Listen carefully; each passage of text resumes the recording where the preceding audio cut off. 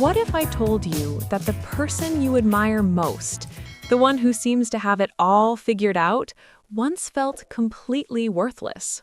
That they woke up every morning dreading the day ahead? That they couldn't even make eye contact with strangers? What if their transformation wasn't magical or instant, but something you could actually replicate? Today on Talk, Learn, Teach, we're going to break down the real, practical steps to building confidence from absolute zero. And trust me, this story might surprise you. Hey there, beautiful souls. Welcome back to Talk, Learn, Teach. I'm Sophia, and I'm so glad you're here. I'm Marcus. And before we jump into today's episode, we want to say something real. Every single one of you who watches our content, who shares it, who comments, you're changing someone's life. You might not realize it, but you are. So, thank you, genuinely. Your support means everything to us and to the community we're building here.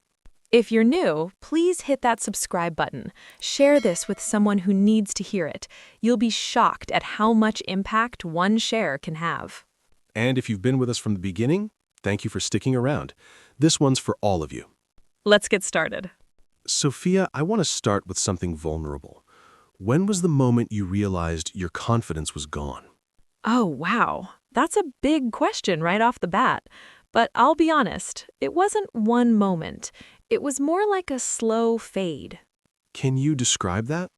Sure. So, I used to be the person who raised their hand in class first. I'd speak up in meetings without thinking twice. But then something happened. I failed at something big, a project I was really proud of, and it just fell apart. What happened after that? I started playing small, not on purpose, but unconsciously. I'd sit in meetings and have brilliant ideas, but I wouldn't voice them. I'd think, who am I to say anything? The last thing I did failed. So one failure triggered a confidence collapse? Exactly. And I think that's where so many people get stuck. One bad experience, and suddenly they question everything about themselves, their abilities, their worth, their right to even try. That's so relatable. I went through something similar. I gave a presentation at work, messed up the numbers, and I thought, I'm not cut out for this. See, that's what I want to talk about today. Because this isn't just about confidence in English or in work. It's about the fundamental belief we have in ourselves. And if that belief is shaken, everything else falls apart. Exactly. So today, we're going to figure out where confidence actually comes from, why it disappears, and most importantly, how to rebuild it from the ground up. Because here's the thing, confidence isn't something you're born with or without.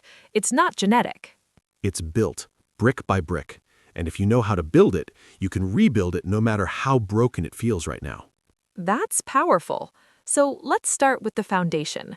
Where does confidence actually come from? Good question. A lot of people think it comes from external validation.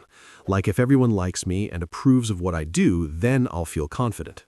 But that's not it? Not even close. That's actually a trap.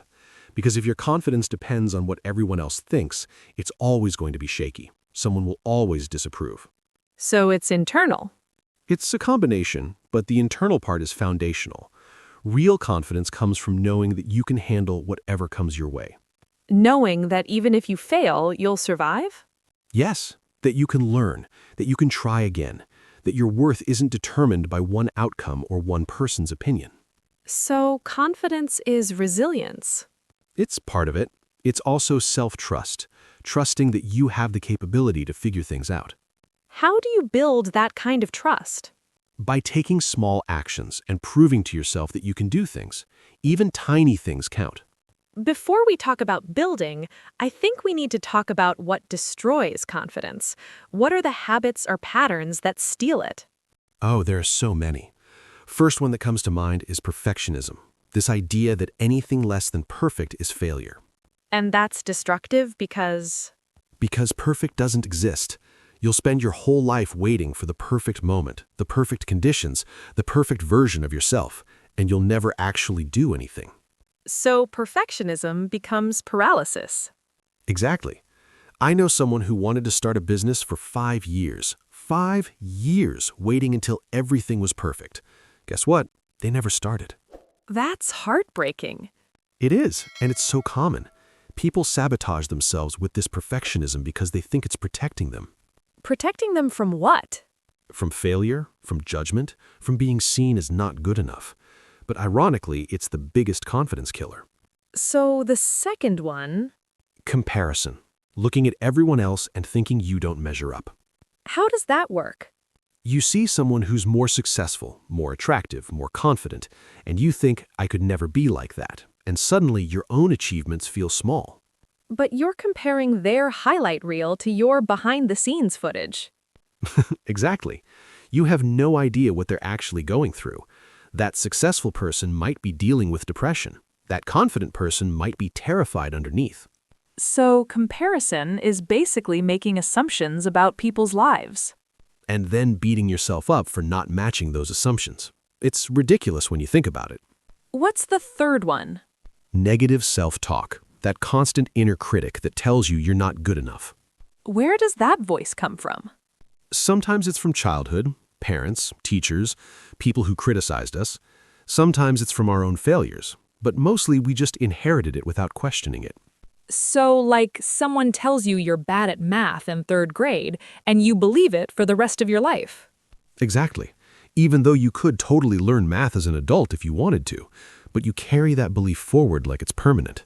That's a dangerous habit. So dangerous. And the last one, I think, is isolation. Thinking you have to figure everything out alone. Why is that confidence killing? Because when you're alone with your thoughts, they get louder and more negative. You start believing things that aren't true. But when you're around other people, especially people who believe in you, that voice gets smaller. So, confidence is partially something we create through connection. Absolutely. We're not meant to do this alone, and trying to do it alone makes everything harder. So, you've identified these confidence thieves. How do you actually start fighting back? The first thing is awareness. You can't change what you don't notice. What do you mean? Start paying attention to when you doubt yourself. When does that voice get loud? What triggers it? What are you thinking when your confidence drops? So, you're creating a pattern. Exactly. You're becoming a detective of your own mind, and once you see the pattern, you can interrupt it. How do you interrupt it? There are different ways. One is to challenge the thought. When that voice says you're not good enough, you ask, is that true? What's the evidence? And usually the evidence is weak? Usually it's non-existent. You just made it up, and once you realize that, the thought loses power. What else? Reframing. Taking the same situation and looking at it differently. Instead of, I failed, I'm a failure, you say, I failed at one thing, and that means I'm learning. So it's about perspective. Completely. Your thoughts create your reality. Change your thoughts, and you change your reality.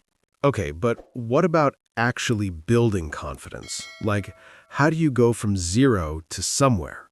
This is the key part.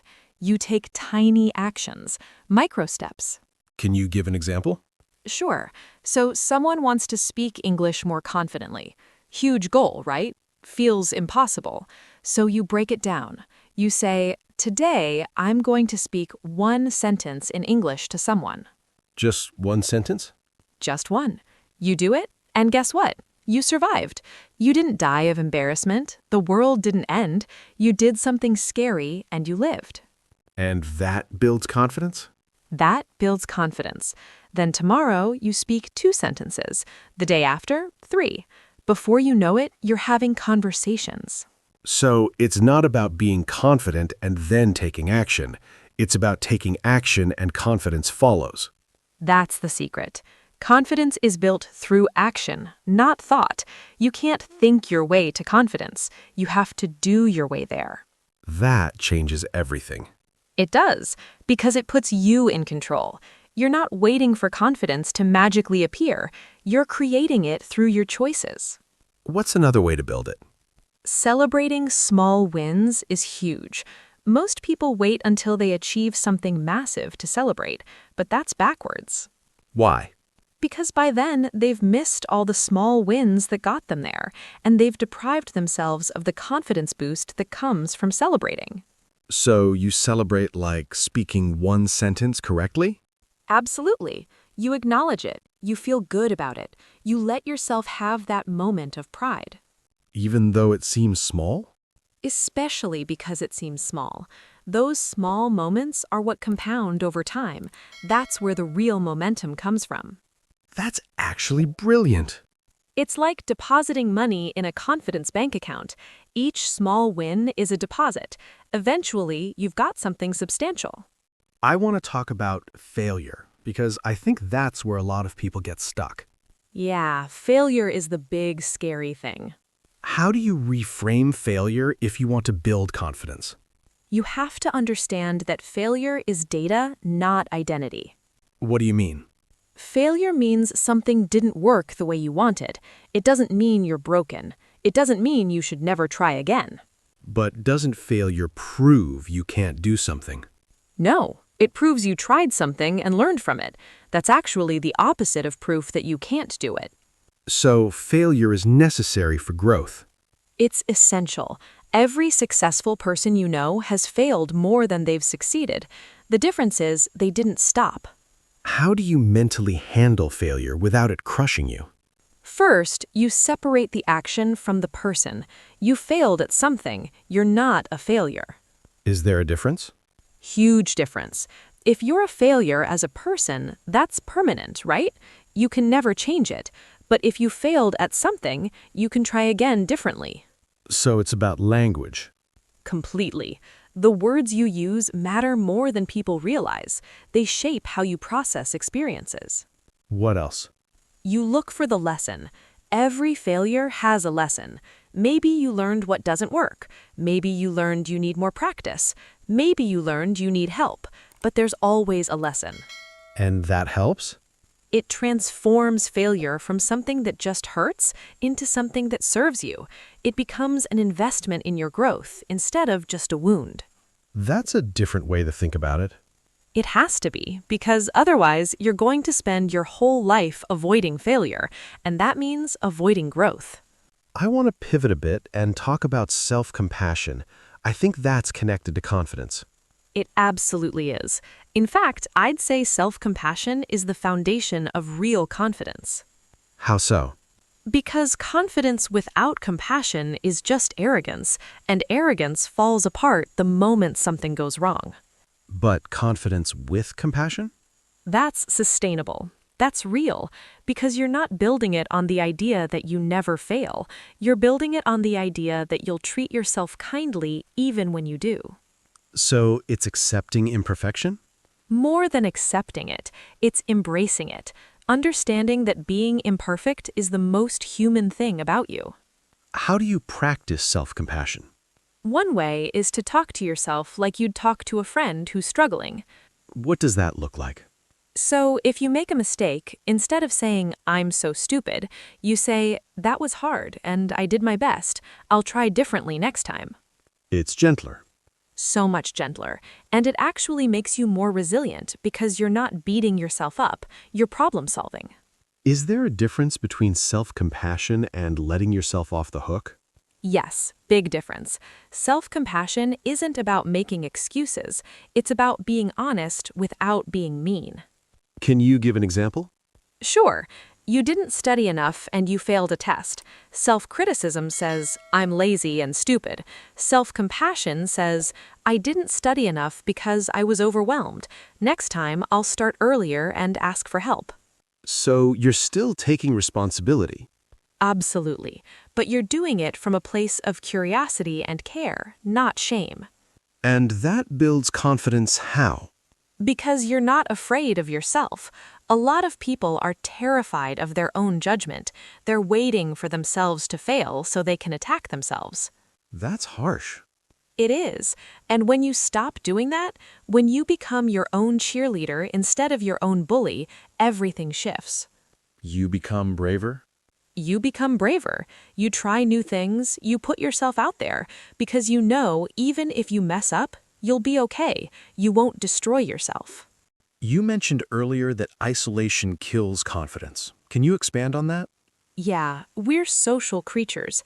Our sense of self is partly shaped by how we relate to others. So what happens in isolation? Your mind becomes an echo chamber.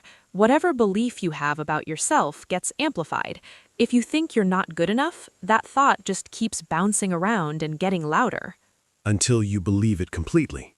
Right, but when you're around others, especially people who believe in you, that thought gets challenged. You see yourself differently through their eyes.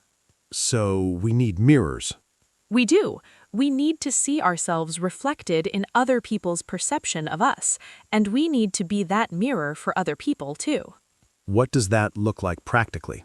Finding community, people on the same journey, people who understand what you're going through because they're going through it too. Does it have to be in person? No, online communities can be just as powerful. The key is that you're not alone with your struggles, you're sharing them with others who get it. And that helps because... Because you realize you're not broken, you're normal. What you're feeling, others feel it too. And if they're working through it, so can you. That's why we built Talk, Learn, Teach, right?